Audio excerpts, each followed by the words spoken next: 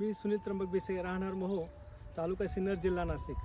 गेल्या मागील वर्षापासून कृषी विभाग आणि आत्मा यांच्यामार्फत पंजाबराव देशमुख नैसर्गिक शेती मिशन ह्या मिशनमार्फत आम्ही मागच्या वर्षापासून सेंद्रिय शेती करत आहोत.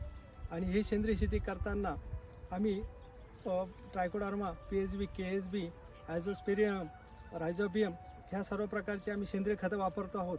आणि ते वापरत असताना आम्ही ह्यावर्षी एक नवीन तंत्रज्ञान अवगत केलं.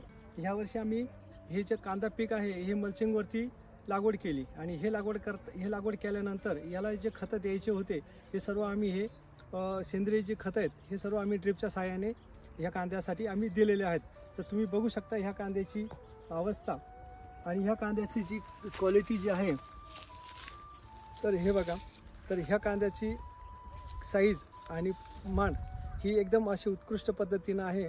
आणि कांद्याला पाण्याचं सुद्धा नियोजन खूप कमी लागलं आणि आमचं पाणीसुद्धा वाचलं आहे. बाकी याच्यावरती आजार आणि कीड यांचं कमी प्रमाणामध्ये याच्यात प्रादुर्भाव झाला.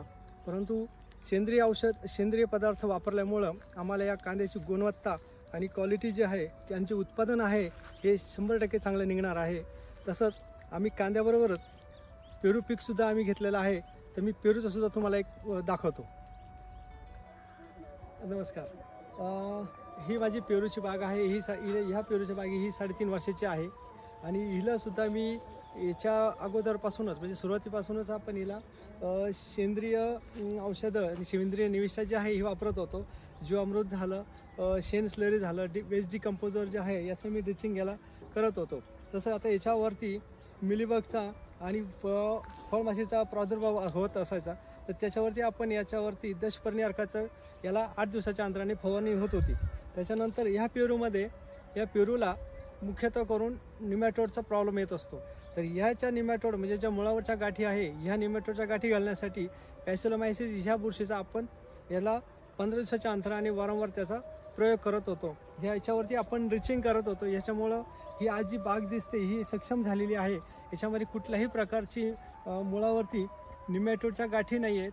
आणि याच्यावरती आपण बघू शकता कुठेही तुम्हाला मिलीबग किंवा कोणत्याही प्रकारची कीड याच्यावरती तुम्हाला दिसत नाही आहे.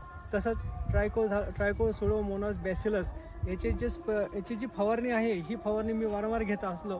त्याच्यामुळे याच्यावरती कुठेही आपल्याला अँथ्रॅकनोज किंवा करपा जो आहे हे कुठे दिसत नाही आहे. आणि ह्या पद्धतीनं अशा प्रकारची फुलं जी आता लागलेली आहे तर ही सुद्धा अशी एकदम सक्षम आणि चांगल्या प्रकारची आहेत.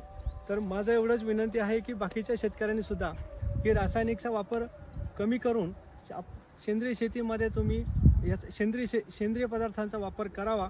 आणि याच्याबरोबर आपल्याबरोबरच जमिनीचं आरोग्य आणि आपलंही सुद्धा आरोग्य सुधारावं एवढीच विनंती. नमस्कार.